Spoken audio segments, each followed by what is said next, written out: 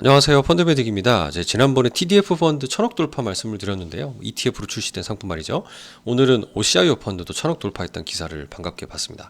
제가 좋게 생각하는 펀드들이 전부 다 작년 한 해 동안 굉장히 큰 폭으로 자금이 좀 늘었다는 점에 보람을 좀 느끼고, 특히 이 상품의 장점은 자산 배분이 굉장히 마음 편합니다. 시황 고민할 필요 없이 그냥 나는 주식이 한 40% 이하 정도 되는 보수적으로, 웬만하면 채권을 중심으로 투자하되 주식은 좀 보수적으로 투자하는 상품에 시황 고민 없이 꾸준히 묻어놓고 싶다라는 분들이라면, 저는 은퇴하신 분들하고 상담 드릴 때도 마찬가지지만 이 OCIO 펀드를 꼭 기본으로 깔고 상담을 하고 있거든요. 뭐 그럼에도 불구하고 ETF 올해 대박 날 게 뭐냐라고 물어보시는 분도 많지만, 어쨌든 저의 메인 포트폴리오로 생각하는 OCIO가 1000억 넘었다는 게 반가운 소식을 좀 들어봤습니다. 한국투자 OCIO 알아서 하고요, 우리 다같이 OCIO 타겟 리턴이 그 주인공입니다. 한투운용의 OCIO 알아서 펀드 설정액 1000억 돌파했다는 기사가 보이지만, 우리 운용도 OCIO 1000억 넘었거든요. 근데 기사에는 따로 보이진 않습니다. 빨강색이 최근 1년 기준 가격이고, 녹색이 자금의 유입 부분입니다. 이 부분은 큰 폭의 아마 기관들이 한번 수익을 보고 환매를 한 게 아닌가라는 생각이 들고요. 이내 다시 연말에 큰 폭으로 자금이 유입되는 걸 볼 수 있습니다. 선택을 많이 받고 있다는 점에서 우리 개인 투자자분들도 OCIO 펀드 많이 활용해 주시면 좋을 것 같아요. 우리 다같이 OCIO 타겟 리턴 펀드도 성과가 안정적으로 나고 있고, 성과도 이 자금 유입도 꾸준히 늘어나고 있습니다. 이제 이 펀드메딕 유튜버 저 본인도 투자 중인 상태에서 이 모두 펀드들이, OCIO 펀드들이 1000억을 넘었다는 기쁜 소식을 접하게 돼서 좀 다시 한번 두 개 운용사에 축하한다는 말씀을 좀 드립니다. 이 두 개 상품을 좀 비교를 해보면 수익률 면에서는 한국투자 OCIO 알아서 펀드가 훨씬 좋아 보입니다. 녹색이요. 근데 이렇게 변동성 면에서 오르고 떨어지는 면에서는 조금 안정적인 게 우리 다같이 OCIO 타겟 리턴으로 보이지 않으세요? 최근의 조정, 한 3개월 정도의 조정 국면을 살펴보면 극명하게 나타납니다. 한투 OCIO는 녹색이죠. 변동성이 상대적으로 크기 때문에 조금은 더 공격적인 수익을 원하는 분들께 맞는 것 같고요.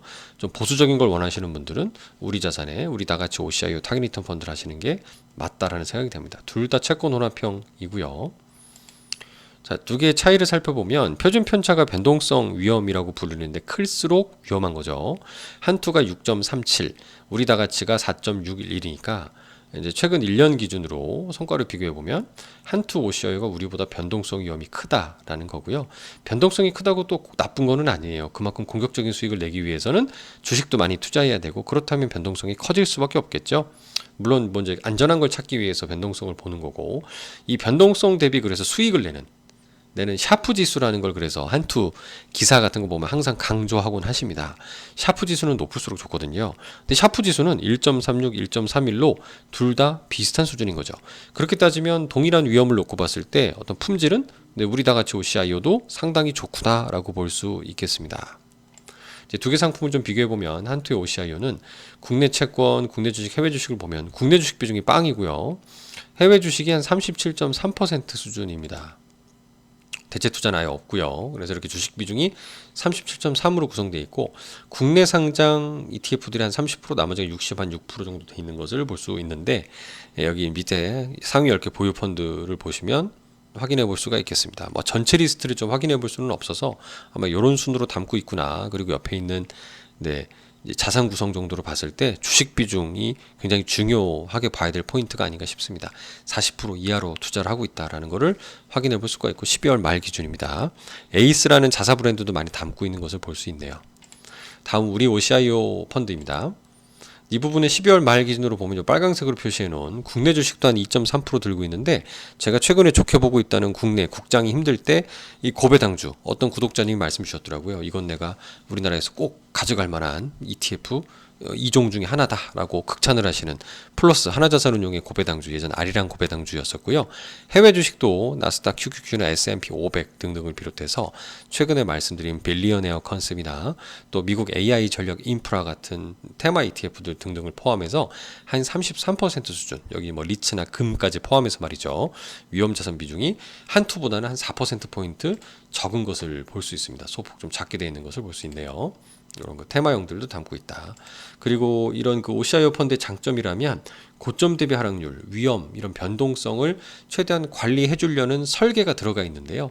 TDF는 좀 공격 앞으로의 컨셉으로 주식 비중이 막 높았잖아요. 근데 얘는 주식 비중도 낮지만 이렇게 위험을 좀 제어하려는 속성이 있다 보니까 조금은 더 보수적인 운용을 해준다.